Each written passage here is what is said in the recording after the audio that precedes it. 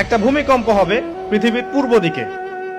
পৃথিবীর পূর্ব দিক মানে এই যে ভারত, পাকিস্তান, বাংলাদেশ, শ্রীলঙ্কা, ইন্দোনেশিয়া, ঠিক আছে, এই সিঙ্গাপুর, এই যে কন্টিনেন্ট মালয়েশিয়া, এটা পৃথিবীর পূর্ব দিক।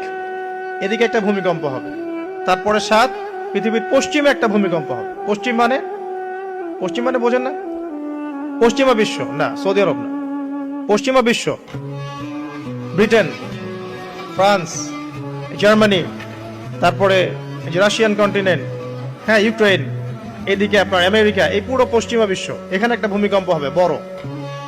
এবং এগুলো এমন হবে যেগুলোতে ভূমি মাটিতে ধসে যাবে, মাটিতে ডুবে যাবে। ভূমিকম্প না, ভূমিধস। 8 পৃথিবীর মাঝখানে মধ্যপ্রাচ্যে একটা ভূমিকম্প হবে, যেখানে আমাদের সো কল্ড আমিরুল মুমিনিনরা থাকে, এদের এখানে একটা ভূমিকম্প হবে ইনশাআল্লাহ। আর 9 ইয়েমেন থেকে একটা আগুন বের হবে।